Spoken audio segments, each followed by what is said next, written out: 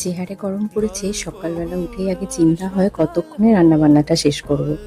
এটা ছিল গতকালের সকালবেলা। হয়েছিল আলু দিয়ে চিচিঙে ভাজা, করলা ভাজা, লাউয়ের ডালনা, আমের চাটনি আর সব রকমের সবজি দিয়ে বড়ি দিয়ে নিরামিষ একটা ঝোল। তারপর সারাদিন কাজকর্ম সামলে বিকেলবেলা চলে গেছিলাম আমাদের এখানে সেই মাঠটায়।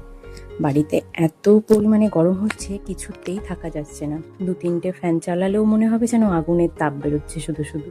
তাই বিকেলবেলা কাজকর্ম সব সামলে চলে গেলাম মাঠে। ভীষণ পরিমাণে ভালো হাওয়া দেয়। প্রকৃতির হাওয়ার কাছে সব কিছু যেন তুচ্ছ।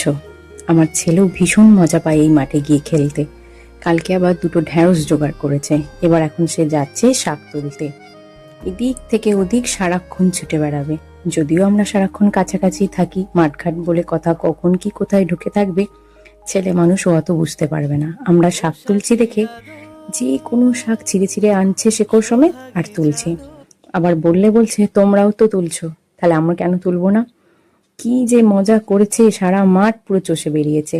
আবার ওকে বলছি, তুই থাক, এখানে সব জেঠুদের সাথে কাকুদের সাথে চাষবাস কর। বলছে, তোমরা বাড়ি চলে গেলে আমিও চলে যাব। আর আমাদের মতো অনেকেই বিকেল হলেই এই মাঠে বেড়াতে যায়। বিশেষ করে যাদের বাড়ির কাছাকাছি এই মাঠটা, তারা। আমাদের বাড়ি থেকে একটু যেতে সময় লাগে, তবে খুব একটাও দূর নয়।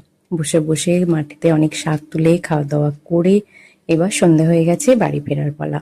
কিন্তু এত সুন্দর হাওয়া ছেড়ে কিছুতেই মন চাইছে না বাড়ি যাই। কেননা বাড়িতে ফিরলেই তো সেই আবার কিটকিটে গরম। যাই হোক, বাড়ি এসে আবারও বেরিয়ে পড়লাম ঝালমুড়ি খেতে যাব। আমাদের বাড়ির থেকে বেশ একটু দূরে এত সুন্দর ঝালমুড়ি বানায়। ঝালমুড়ি আর পাপড়ি চাট খেলাম।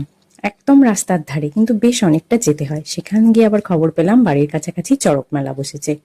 তাই আবার বাড়ি ফেরার পথে চলে গেলাম মেলাতে। মেলা মানেই জিলিপি, বাদাম ভাজা, বিভিন্ন রং বেরঙের গুড়কাঠি, ছুঁচো গজা, জিবে গজা, কত কি। তারপরে তো নানান রকমের খেলনা আছেই। ছেলে তো মেলাতে ঢোকা থেকেই শুরু করেছে, একটা খেলনা কিনে দাও, একটা খেলনা কিনে দাও।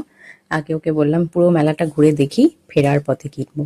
পুরো মেলাটা ঘুরে তার জন্য খেলনা কিনে তারপরে বাড়ি ফেরা।